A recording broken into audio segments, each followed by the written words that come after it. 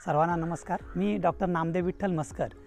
मी कनिष्ठ शास्त्रज्ञ कृषीविद्या या पदावर प्रादेशिक कृषी संशोधन केंद्र कर्जत या ठिकाणी काम करतो। आनंद मळा या ठिकाणी येण्याचा योग आला आणि त्यानिमित्ताने समीर वाघोले यांच्या फार्मवर या ठिकाणी सर्व परिसर जेव्हा बघितलं तेव्हा एक वेगळ्या प्रकारचा आनंद मला मिळाला। मी माझ्या कुटुंबासोबत या ठिकाणी आलेलो आहे आणि हे बघत असताना त्यांच्याकडून अनेक गोष्टी काही नवीन जाणून घेण्याची इच्छा पण होती आणि त्या मिळाल्यासुद्धा, कारण एवढी विविधता या आनंद मळ्यामध्ये बघायला मिळाली, ज्याला आपण खऱ्या अर्थाने बायोडायव्हर्सिटी जी म्हणतो।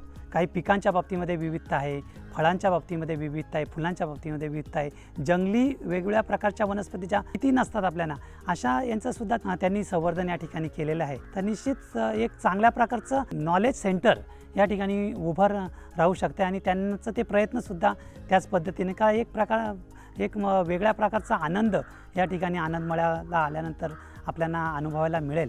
विशेष करून त्यांच्या वडिलांचं सुद्धा फार कौतुक करावं असं वाटते, कारण एवढ्या वयामध्ये सुद्धा त्यांना एवढी आवड आणि त्यांच्यामधलं असणारं इच्छाशक्ती जी बघितली तर एखाद्या तरुणाला सुद्धा लाजवेल अशा प्रकारचं त्यांचं सगळं हावभाव आणि त्यांचे एकंदरीत काम करण्याची इच्छा इथे जाणून बघायला मिळाली। आणि आपल्या सर्वांना एक विनंती करेल का आपण निश्चित या आनंद मळ्याला भेट द्या, का तिथे आल्यानंतरच तुम्हाला खऱ्या अर्थाने अनुभवायला मिळेल, कारण निश्चित आनंद मळा काय आहे आणि हा आनंद त्या मळ्यामध्ये कशा प्रकारे आहे। मला सर्वांना एक अजून या आनंद मळ्याला भेट दिल्यानंतर असं एक सगळ्यांना सांगावंसं वाटतं आहे का त्यांचा या ठिकाणी एंट्री केल्यापासून तर जाईपर्यंतचा जो सगळ्यांचा त्यांच्याशी आलेला संपर्क, त्याच्यातून त्यांचं प्रेम आणि त्यांचं आदरातिथ्य हे सर्वांना भावेल अशाच प्रकारचं आहे।